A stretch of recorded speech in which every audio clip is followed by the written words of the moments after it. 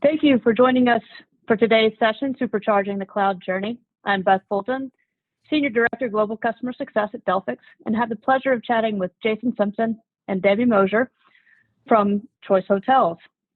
Jason, VP of Engineering, and Debbie, the Senior Manager, Infrastructure Engineering at Choice. Before we dive into the main topic, Jason, will you kick us off by telling us a bit about the company? Sure, absolutely. Choice Hotels has been around for about 80 plus years at this point. 7,000 hotels globally across 13 different brands. Our signature brand is Comfort Inn. The newest one is Cambria. It's our upscale hotel.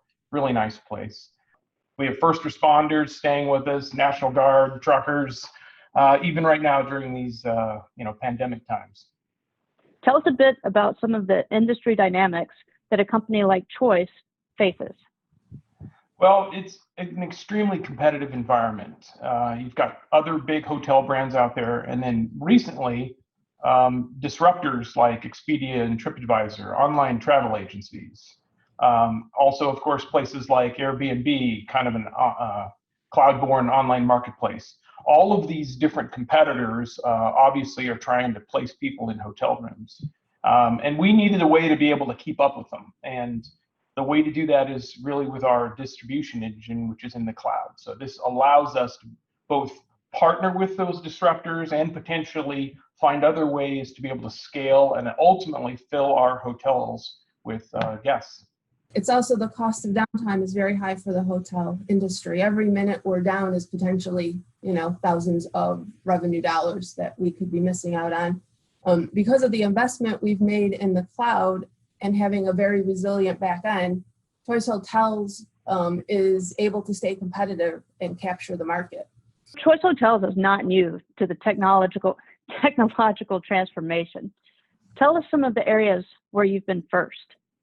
Absolutely. Yeah. A few different things over the years. In the 80s, we were the first ones to have a global marketing and reservation system to be able to track all the guests and everything in our system. In 95, we launched choicehotels.com, and it was the first website in the lodging industry to offer real-time access to our central reservation system. So we were taking reservations on the web in 95. In 2009, we were the first ones to get an iPhone application out there, against all of our competitors. And, just this year, we were the first company to use AWS Transcend Gateway, which is technology out of AWS that, we were one of the first companies to do that. It was really fantastic work by our teams. Tell us about how you're leveraging technology to transform both guest and franchisee experience. Absolutely. We are focusing on, modernizing those core services that are for reservations or property management, things that drive our front desk operations. And if you listen to Jed's keynote this morning, he talked about API-driven innovation. Mm-hmm. And one of the key things that we wanted to do was be able to have an API that could connect to our online travel agency partners, be able to accept reservations from anywhere, be able to basically be able to shop and book all of our hotels across multiple different platforms, including mobile apps, Expedia, other customer websites. Beyond all that, one of the things is it has to be able to scale. And as of 2019, we were able to serve through our cloud app 1,100 different shopping requests per second. Wow. How many applications are behind the scenes to support that? Hundreds of applications, all kinds of different data sets, and really thousands of web services and APIs. Debbie, when we spoke last week, you mentioned that the pandemic had shifted many of your practices. What changes have you made due to the pandemic? That's a great question. If we weren't in the cloud, it would have taken much longer for us to respond to our new environment. We were able to modernize and respond pretty quickly during that pandemic. We put new policies in place, such as check-in kiosks with no contact, cleaning based on CDC regulations. We have a pilot going where guests can opt in for maid service instead of opting out. I think Choice is probably best known for our breakfasts, but because of the pandemic, we didn't want to be serving buffets. So we quickly switched to packaged breakfast instead. So talking about your cloud journey and the fact that you were there and you were prepped, tell us about where you are in your journey. Yeah, absolutely. And I like that you use that term journey because it's not a destination. It's kind of a continuous thing to get better and improve on your cloud journey. And, we've started over 3 years ago with the plan of moving our distribution engine, building it into the cloud, natively. Really, the original goal was then to eventually get all of our, 65% of our apps really out of our data centers and into the cloud. We're about 30% of the way there, and we've moved our goal to 100%. We really want to adopt AWS because it does a lot of the heavy lifting in terms of infrastructure. Now we can spin up servers and spin them back down with configuration. So really helps us move faster. So what is your strategy behind your journey? We have put a big, investment to get modern, and that is our overall strategy here. But modernize things the right way. In other words, if it's for our core business, absolutely build it and put it in AWS. If it's something that will help the company, but it's really not part of our business, it's probably going to a SaaS platform. What we're focusing on is standardizing our database platforms. Instead of having 9 DBAs support 5 or 6 different ones, we're going to try to standardize down to 2. And we picked out the ones that we feel will work the best for us in AWS. Where does Delphix fit into your cloud journey? Right now, Delphix is helping us profile all our data sources.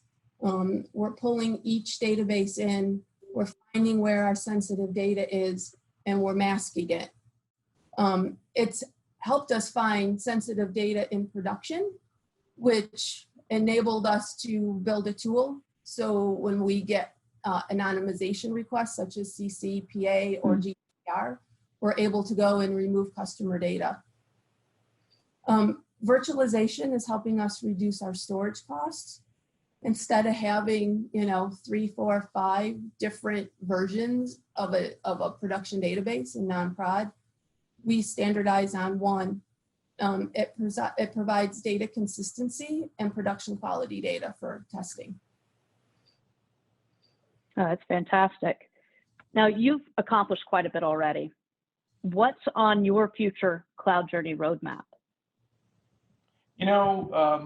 Probably the key thing that we've done, which was get that distribution engine into the cloud, has enabled us to kind of think differently. And so, although we partner with a bunch of online travel agents, we now basically have the same capability as they do. And so we've been partnering with other hotels and hotel groups to essentially be an online travel agent for them. So we have partners in Europe and Latin America that actually leverage Choice to be a place to be able to book rooms on their hotels, and yet they're not Choice hotels, but they are our partners, and it's really kind of allowing us to kind of open up new markets. Additionally, we're going to modernize all of our loyalty and customer information programs now, and that should let us target our customers better and get them to the right rooms at the right price. From my perspective, my next step is to help Choice with data migration, mass quantities faster and quicker, so we can accelerate project timelines, dev and test cycles in the cloud, improve software quality. So we're hoping we can enable this with some of the data migration capabilities that Delphix offers. Everything you've described is exciting and impressive. What are the wins for the business? Probably the key one is just higher productivity and increased velocity. Our ability to, deliver on something new, like during the pandemic, we have been able to roll out, promotions and other things at a quicker rate. It's also allowed us to be able to, spend the right amount of money in the cloud. So, obviously the business has been down for the hospitality industry, during the last few months, and we've been able to scale down our infrastructure costs considerably. That sort of scaling helps also in the other direction, right? So typically summertime is a really big peak for us, and our systems need to be able to handle that peak and then go back down afterwards. The other things that the cloud has been able to do for us is reduce costs in terms of storage. As Debbie mentioned with Delphix, it's allowed us to keep up with our competitors, right? We are able to make changes faster and potentially, win new business. It allows us to deliver any innovations that we come up with at a much quicker pace. And then, ultimately, security matters. And actually, the cloud helps you get better at security, in my mind, because you become more disciplined at it. And what about the wins from a technology standpoint, Debbie? Efficient testing by giving developers and QA folks production quality data that isn't production quality. They are able to do a lot more quality testing. It allows multiple people to test at the same time without impacting each other. So they can roll forward and roll back and do all kinds of neat stuff. I mean, from a cloud standpoint, we now can deploy twice a day instead of weekly or monthly. And we're not taking huge outages. Like I mentioned before, every minute you're down is potentially lost revenue. And it also is less infrastructure for us to manage, right? Mm-hmm. Since we're reducing the number of non-prod environments by virtualization. Absolutely. You've come a long way on your cloud journey. What advice would you give others as they begin their own journey? When you're out in the cloud, it makes you, I think, more acutely aware of security and remain compliance. Understand everybody's data access. Who has access to what and when? You don't want some of the bad guys getting in and taking your data. Mask all non-production environments in the cloud or on-prem. And whether your systems are on the cloud or on-prem, automate as much as you can so you can achieve consistency and reduce human error. Automation puts things in place that are permanent. When you're on this sort of a journey, there's a couple key items that matter. One is you need to be able to take some risks. You need to be bold. Try looking for those quick wins for the business. Try finding small things that you can try in the cloud and then build upon. But it also takes a little bit of a culture shift, right? They take their time. They maybe take a little bit too much time. They don't want to go faster. And this can be usually driven from like a failure perspective where it's like, look, I don't want to fail. So I slow down and double and triple check everything. And we kind of have a different moniker at Choice, which is, fail fast. And you have to work together to be able to move faster. And really it's breaking down those silos. So really, it's a lot about culture and being able to kind of drive change, when everybody's thinking, yes, we want to go faster. All right. Well, really appreciate your time and your insight into your cloud journey. I've enjoyed working with you and learning a lot more about what you've done and the success that you and your teams have had leveraging Delphix, leveraging the cloud, and being open to transformational technology. Thank you so much.